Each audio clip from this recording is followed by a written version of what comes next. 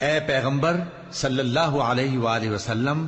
ہم نے تمہارے لیے تمہاری بیویاں جن کو تم نے ان کے مہر دے دیے ہیں حلال کر دی ہیں، اور تمہاری باندیاں جو اللہ نے تم کو کفار سے بطور مال غنیمت دلوائی ہیں، اور تمہارے چچا کی بیٹیاں اور تمہاری پھوپھیوں کی بیٹیاں اور تمہارے ماموں کی بیٹیاں اور تمہاری خالاؤں کی بیٹیاں جو تمہارے ساتھ وطن چھوڑ کر آئی ہیں، سب حلال ہیں۔ اور کوئی مومن عورت اگر اپنے آپ کو پیغمبر صلی اللہ علیہ وآلہ وسلم کے حوالے کر دے، یعنی مہر کے بغیر نکاح میں آنا چاہے، بشرطے کہ پیغمبر صلی اللہ علیہ وآلہ وسلم بھی اس سے نکاح کرنا چاہیں، وہ بھی حلال ہے۔ لیکن یہ اجازت اے نبی صلی اللہ علیہ وآلہ وسلم خاص تم ہی کو ہے، سب مسلمانوں کو نہیں۔